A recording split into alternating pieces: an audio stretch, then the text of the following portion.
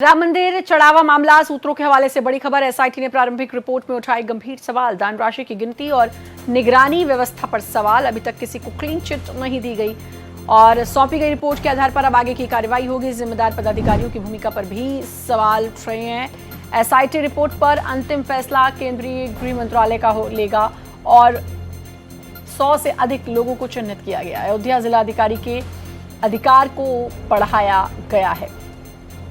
दान राशि की गिनती और निगरानी की जो पूरी व्यवस्था थी उस पर सवाल है।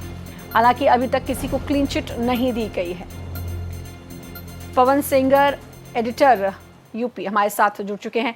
पवन, ये जो चढ़ावा का पूरा मामला है राम मंदिर में, अब एसआईटी ने अपनी इनिशियल रिपोर्ट तो सौंप दी है, लेकिन कई अनियमितताएं पाई गई हैं, कई गड़बड़ियां पाई गई हैं। देखिए, निश्चित तौर पे सबसे बड़ी बात है कि इस प्रोसीजर को समझना होगा कि किस तरीके से जो ट्रस्ट है वो काम करता है।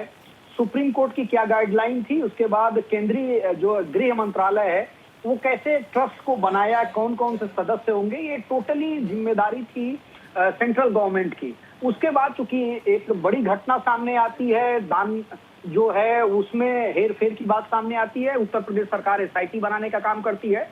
एसआईटी जांच करती है। जांच करने के बाद वो जो प्राथमिक रिपोर्ट है वो एसीएस गृह संजय प्रसाद को देती है। संजय प्रसाद मुख्यमंत्री के सामने पेश करेंगे। लेकिन जो सबसे बड़ी बात वो है कि क्या ये जो एसआईटी जांच है उसके जांच के बाद कार्रवाई उत्तर प्रदेश सरकार करेगी या केंद्रीय गृह मंत्रालय करेगा। क्योंकि सुप्रीम कोर्ट के आदेश के बाद केंद्रीय गृह मंत्रालय ने ट्रस्ट और ट्रस्ट के सदस्य किस तरीके से कामकाज होगा, क्या रूपरेखा होगी, ये सब कुछ केंद्रीय मंत्रालय तय करने का काम किया है। तो आने वाले समय में जिन लोगों के ऊपर कार्रवाई होनी है, ट्रस्ट से निकाले जाने हैं, उनके खिलाफ एफआईआर होनी है।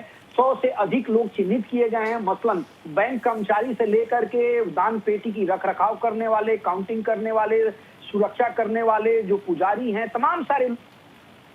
लेकिन ये अपने आप में बहुत हैरान करने वाला मामला है, और मामला इसलिए क्योंकि वो राम मंदिर जिसको लेकर अनेक बातें कही गई, आस्था, श्रद्धा, सारे भारी भरकम शब्द उससे जोड़े जाते हैं, भक्ति भावना, लेकिन उस राम मंदिर में जो चढ़ावा चढ़ता है उसका बंदरबाट हो जाता है। ये अपने आप में, और विपक्ष भी जाहिर है इसीलिए अब सवाल भी उठा रहा है।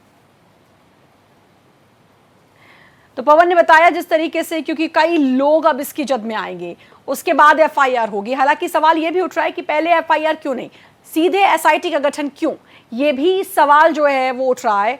लेकिन ये अपने आप में बहुत हैरान करने वाला और किस तरीके से बंदरबाट होती है ये दिखाने वाला मामला है। और क्या सिर्फ ये राम मंदिर तक सीमित है? इसके बाद सवाल ये भी उठता है, या देश में जो बड़े बड़े मंदिर हैं, जो लोगों की आस्था से जुड़े हुए हैं, जहां लोग जाते हैं और पूरे भक्तिभाव में लीन होते हैं और वहां पर अपनी इच्छा से कुछ भी अगर वहां पे वो चढ़ावा चढ़ाते हैं, तो क्या वो चढ़ावा इसी तरीके से बंट जाता है?